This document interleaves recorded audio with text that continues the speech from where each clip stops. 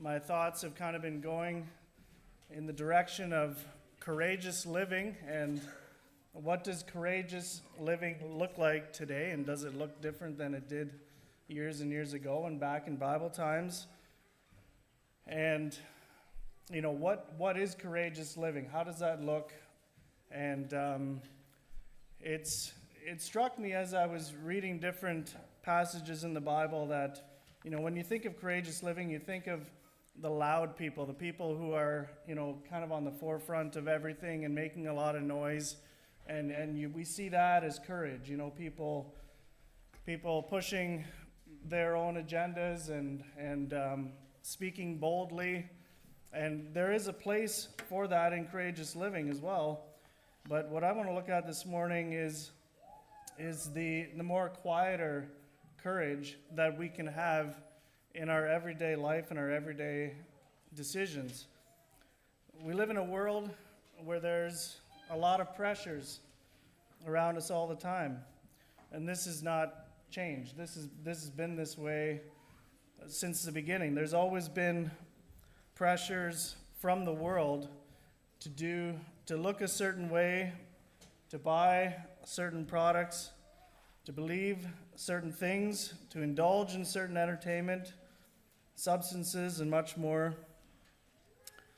And these pressures don't necessarily look the same for everyone, but everyone will feel these types of pressures in one way or another throughout their life.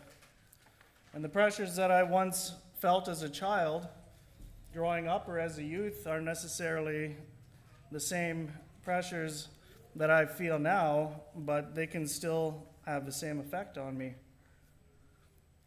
They can still make me feel envy, wishing that I had what someone else has. They can make me question my faith and where I stand on certain issues. These pressures can cause me to pursue things that take my focus away from God's plan, take my focus away from seeking God. So this morning I want to look at how does God want us to handle these pressures, and what can we learn from Scripture. And as you see on the screen, the title of the message this morning is Dare to be Different.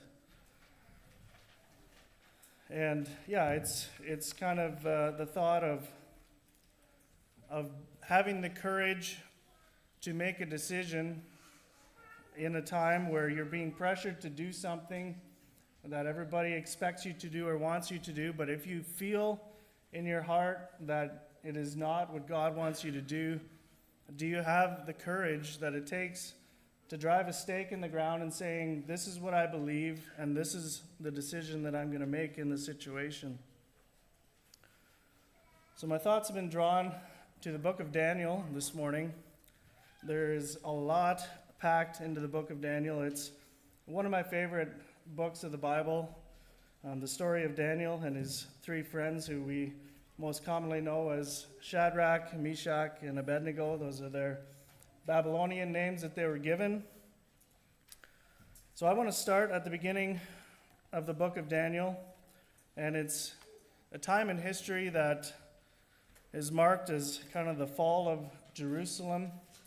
Babylonians were a superpower on the earth at that time, and they came in to Jerusalem, and they basically destroyed all of the things in Jerusalem that meant a lot to the Israelites who were living there. And they laid to waste basically the city. They sieged it, they took control of it, and then they took a whole bunch of captives with them back to Babylon. This morning I want to start in Daniel chapter 1. And the story here starts in with Daniel and his three friends are among the captives who were taken from Jerusalem into Babylon. And at this point, the Babylonians, or the king, Nebuchadnezzar, has an agenda that we're going to read about here. Daniel starting in chapter 1. In the 3rd year of the reign of King Jehoiakim, king of Judah, Nebuchadnezzar, king of Babylon, came to Jerusalem and besieged it. And the Lord gave Jehoiakim, king of Judah, into his hand, with some of the articles of the house of God, which he carried into the land of Shinar to the house of his God. And he brought the articles into the treasure house of his God. Then the king instructed Ashpenaz, the master of the eunuchs, to bring some of the children of Israel, and some of the king's descendants, and some of the nobles, young men in whom there was no blemish, but good-looking, gifted in all wisdom, possessing knowledge, and quick to understand, who had ability to serve in the king's palace, and whom they might teach the language and literature of the Chaldeans. And the king appointed for them a daily provision of the king's delicacies, and of the wine which he drank, and 3 years of training for them, so that at the end of this time they might serve before the king. Now from among those of the sons of Judah were Daniel, Hananiah, Mishael, and Azariah. To them the chief of the eunuchs gave names. He gave Daniel the name Belteshazzar, to Hananiah Shadrach, to Mishael Meshach, to Azariah Abednego. But Daniel purposed in his heart that he would not defile himself with the portion of the king's delicacies, nor with the wine which he drank. Therefore he requested of the chief of the eunuchs that he might not defile himself. Now God had brought Daniel into the favor and goodwill of the chief of the eunuchs. And the chief of the eunuchs said to Daniel, I fear my lord the king, who is appointed for food and drink, for why should he see your faces looking worse than the young men who are your age? Then you would endanger my head before the king. So Daniel said to the steward, whom the chief of the eunuchs had set over Daniel, Hananiah, Mishael, and Azariah, please test your servants for 10 days, and let them give us vegetables to eat and water to drink. Then let our appearance be examined before you, and the appearance of the young men who eat the portion of the king's delicacies, and as you see fit, so deal with your servants. So he consented with them in this matter, and tested them 10 days. And at the end of the 10 days, their feature appeared better and fatter in flesh than all the young men who ate the portion of the king's delicacies. It's not always a bad thing to have a little extra flesh. Thus the steward took away their portion of the delicacies and the wine that they were to drink, and gave them vegetables. And for these 4 men, God gave them knowledge and skill in all literature and wisdom, and Daniel had understanding in all visions and dreams. Now at the end of the days, when the king had said that they should be brought in, the chief of the eunuchs brought them in before Nebuchadnezzar. Then the king interviewed them, and among them all, none was found like Daniel, Hananiah, Mishael, and Azariah. Therefore they served before the king, and in all the matters of wisdom and understanding about which the king examined them, he found them 10 times better than all the magicians and astrologers who were in all his realm. Thus Daniel continued until the 1st year of King Cyrus. So there's a lesson for all the children here. It's always good to eat your veggies. Your parents are not lying to you, as we can see. But in all seriousness, this decision for Daniel and his friends had nothing to do with their own physical health. They weren't looking at the food and thinking, no, that's not going to be good for our bodies. At that time, they were still under the Mosaic law, and the food that was set before them, the meat and the wine, would have been forgiven in their law that they knew from living in Jerusalem. So these 4 young men were taking a stand to not defile themselves by taking part and eating of the king's food, which I'm sure would have been extremely difficult. These guys it says they were young. Commentaries that I read put them approximately 16 years old or so. And, at 16 years old, if you picture yourself in this situation, so if we think of it on our earth, as we know it right now, in our society, if you were taken from Canada by, say, China or Russia, another superpower, into their culture, into their land, and they were putting a spread out before you, I think you would kind of look at that as, okay, this isn't so bad now. Maybe this isn't going to be as bad as we thought. They're giving us good food. And would you at that time remember your teaching from back home, the home that is now laying in ruins, that, wait a minute, we can't, in good conscience, eat this food. We need to take a stand here. And you're in a strange land. You don't really know the people that are around you, and you're kind of expecting them to be unpredictable. At least I would be expecting them to be unpredictable. So going against the grain in any way with what your captives want could very easily put your life at risk. That could be a point where they say, these guys aren't cooperating. Just get them out of here. We don't want to deal with them. So they were risking a lot by taking a stand with this belief, and at the end of it, we see that God's blessing was on them in that. He was there, He was protecting them, and He actually made their bodies healthier than everyone who was around there. So God saw their obedience, He rewarded them, and then at the end we see that the king himself was extremely impressed by them as well.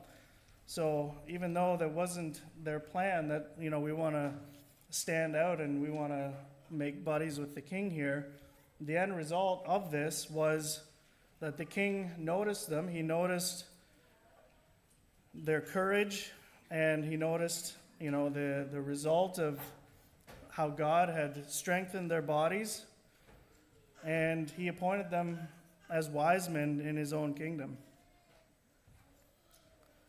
So as we go along here, we're going to learn that Nebuchadnezzar was very unpredictable. He was definitely an extremist, and you never really knew what was going to come next.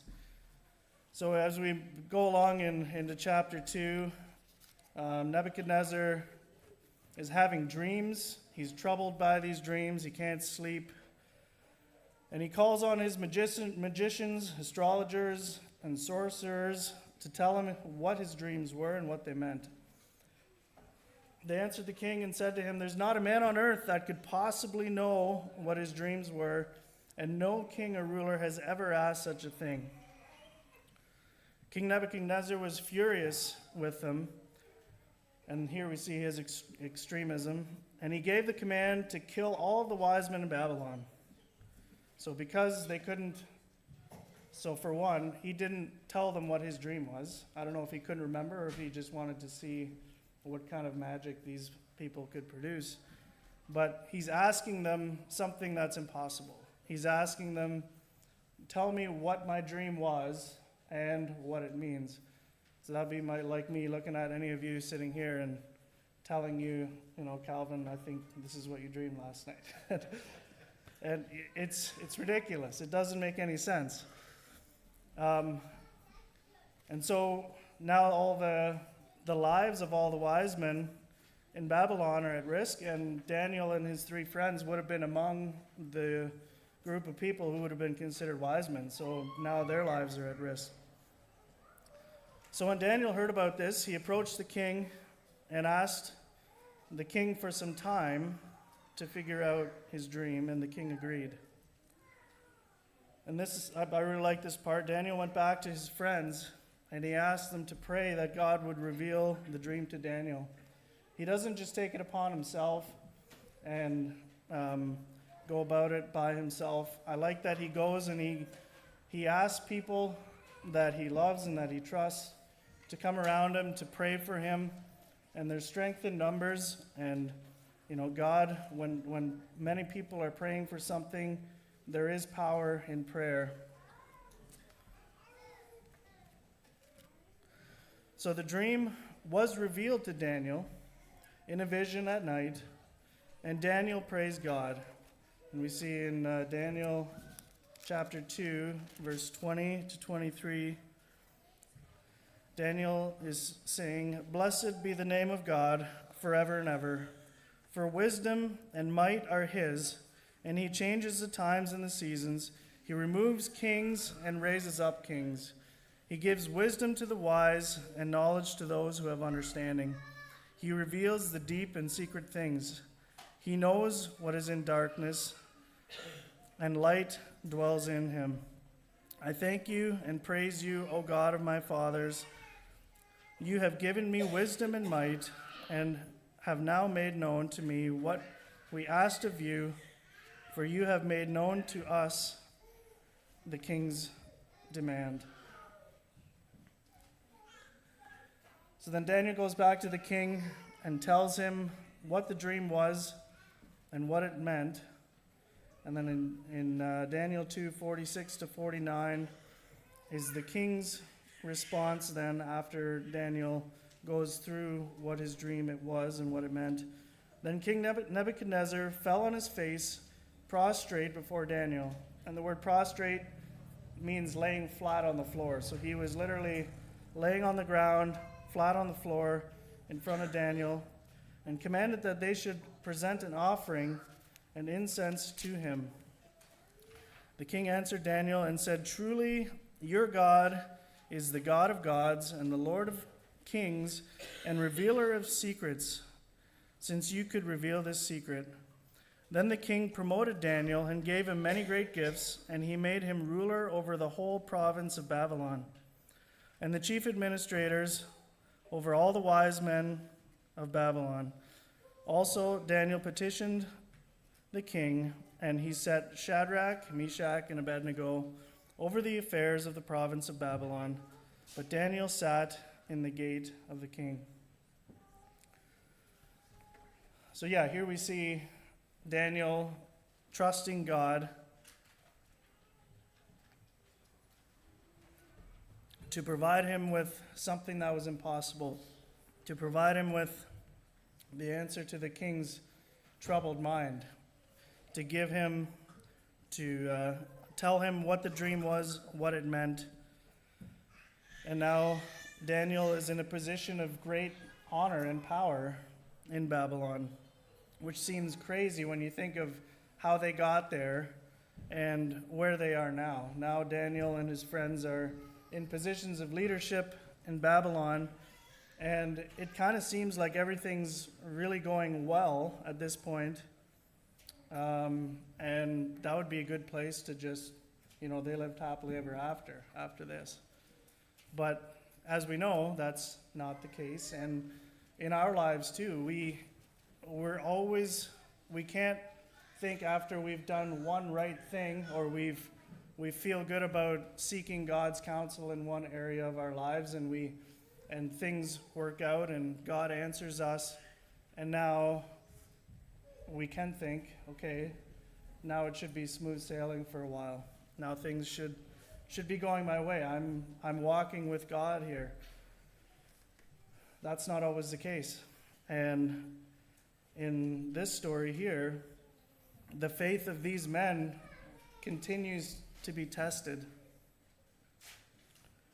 And even though it seemed that King Nebuchadnezzar had finally realized the greatness and power of God, this also seemed to be short-lived. And after a little bit, he was back to inflating his own ego. He had a golden statue built that stood 90 feet tall. And the people of Babylon were all together, and they were in a place where they were commanded to, when the music plays, when the symphonies start playing their music, everyone was to bow down before this giant statue and worship it. The wise men that were there in Babylon noticed that Shadrach, Meshach, and Abednego were not obeying the command. They were not bowing down. And this was reported to the king. And in our lives too, there's always people that are going to notice when we take a stand. When we dare to be different, people are going to see it. Some are going to ridicule it. Some are going to respect it. But you're always taking a risk. When you dare to take a stand for something you believe, there's always a risk that you will have to prove your faith, or your faith will be tested through that decision.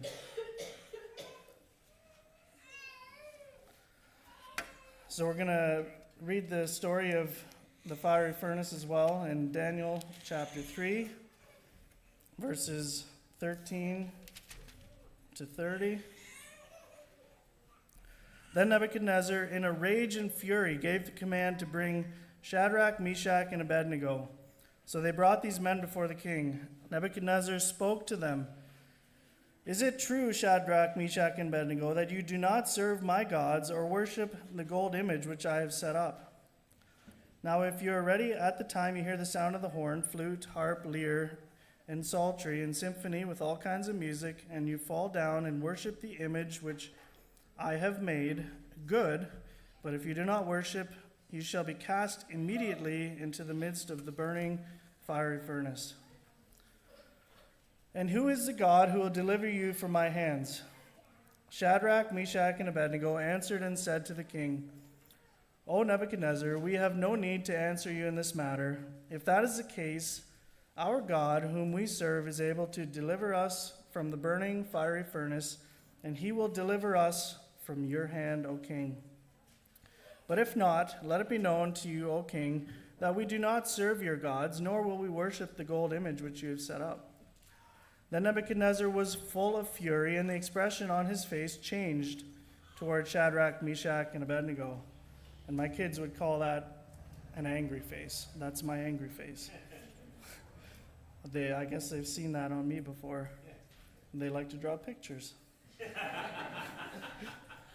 He spoke and commanded that they heat the furnace 7 times more than it was usually heated. And he commanded certain mighty men of valor who were in his army to bind Shadrach, Meshach, and Abednego and cast them into the burning fiery furnace.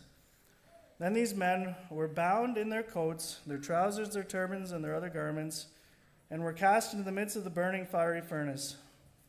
Therefore, because the king's command was urgent and the furnace exceedingly hot, the flame of the fire killed those men who took Shadrach, Meshach, and Abednego. And these three men, Shadrach, Meshach, and Abednego, fell down bound into the midst of the burning fiery furnace. Then King Nebuchadnezzar was astonished. He rose in haste and spoke, saying to his counselors, Did we not cast 3 men bound into the midst of the fire? And they answered and said to the king, True, O king. Look, he answered, I see 4 men loose, walking in the midst of the fire, and they are not hurt. And the form of the 4th is like the Son of God.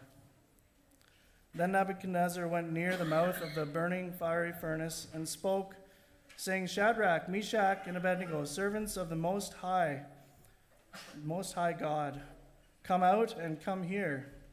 Then Shadrach, Meshach, and Abednego came from the midst of the fire, and the satraps, administrators, governors, and king's counselors gathered together, and they saw these men on whose bodies the fire had no power. Their hair and their head was not singed, nor were their garments affected, and the smell of fire was not on them.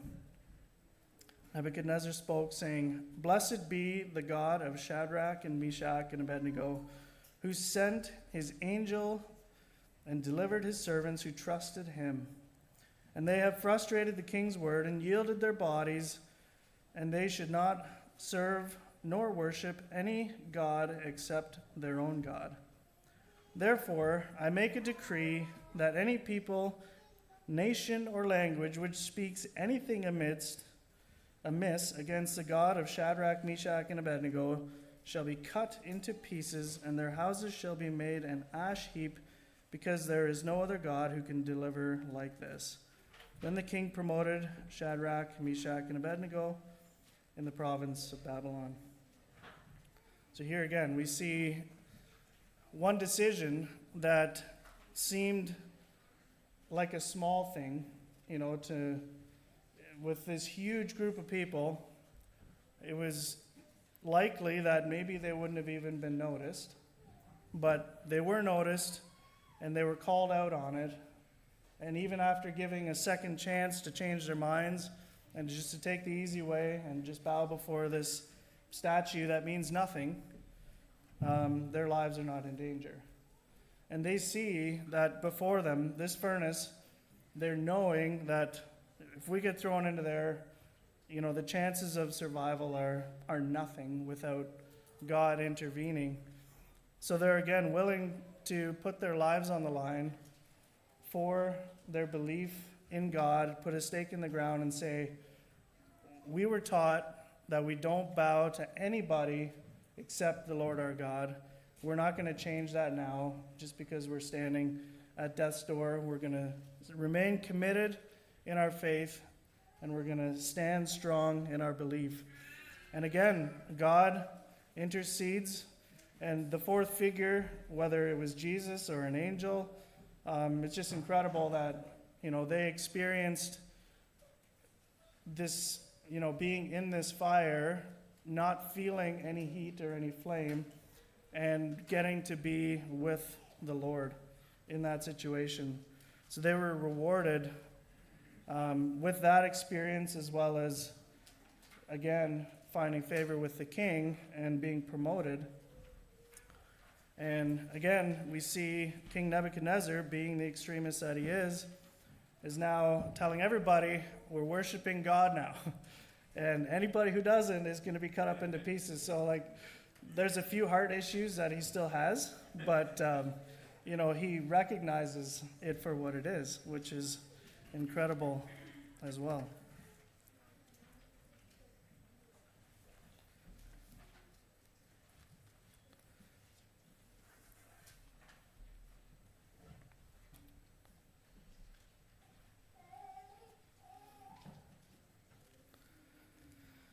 So further on in the book of Daniel, so this is now after the death of Nebuchadnezzar, and I'd love if each one of you took some time and just read the rest of the story that includes Nebuchadnezzar. It is very interesting. He does have some times again where he falls away from God, and then it seems at the end of his life he does end up coming back to God. But moving on now, we're 2 generations down the line in terms of kings, and it's now King Darius who is in power, and he appointed Daniel as one of 3 governors as well, who were in charge of the whole kingdom.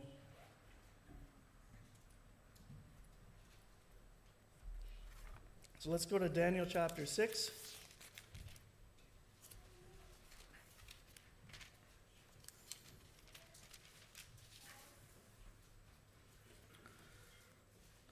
In verse 3, it says, Daniel distinguished himself above the governors and satraps because an excellent spirit was in him. And the king gave thought to setting him over the whole realm. So now the King Darius is also seeing the incredible leadership skills and intelligence and giftings that were given to Daniel by God, and he wants to make Daniel in charge of everything in the kingdom. And it's no surprise that the other governors who were with them were extremely jealous of Daniel's status with the king. So they concocted a wicked plan to trap Daniel. And they convinced King Darius to sign a decree that said, anyone who prays to any god or human in the next 30 days, except you, your majesty, shall be thrown into the lion's den. So obviously the other governors had observed that Daniel had a routine of praying by his open window, facing Jerusalem 3 times a day. But when Daniel heard about this decree, he didn't change the way he did things in his routine. He continued to go to his window 3 times a day as before and pray to God, knowing that he's going to be seen. He could see right through this scheme that was coming from these other wise men.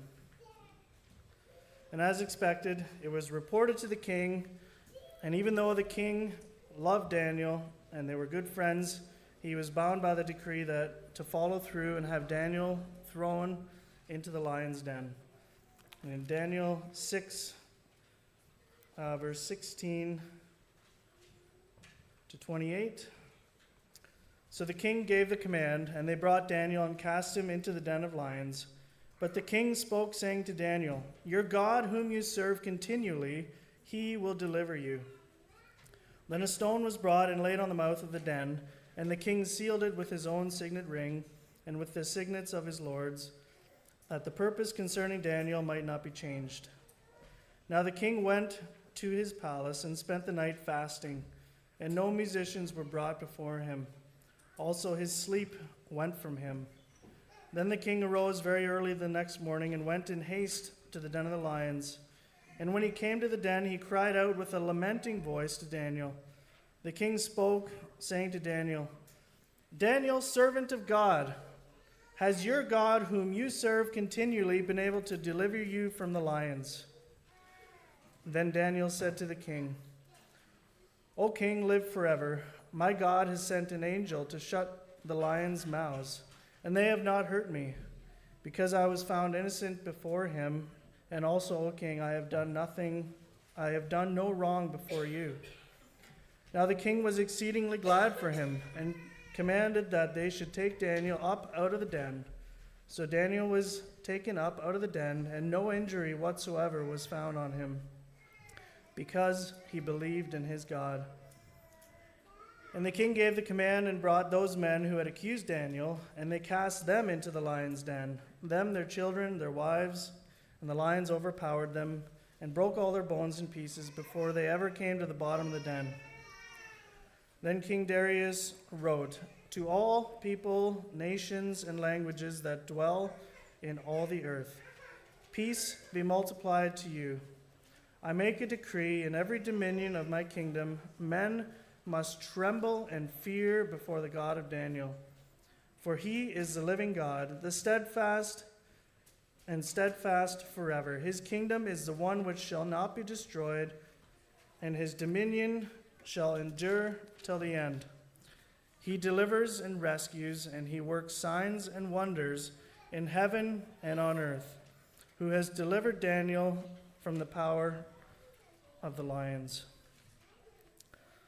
So this Daniel prospered in the reign of Darius and in the reign of Cyrus the Persian. So again, Daniel, in a position of great power here on earth, is faced with a decision to either continue to pray in public, as he always did, or not in public, but in his house, in the open window. It was a tradition that he had for many, many years, and it was his time, his devotion to God, and his time of praying to God. And he chose, again, to continue and to not give any thought to what might happen to him on earth. He completely trusted God with his life again in this situation. And again, we see God recognizing his obedience and changing the aggressive nature of a lion to the point where they didn't even touch him.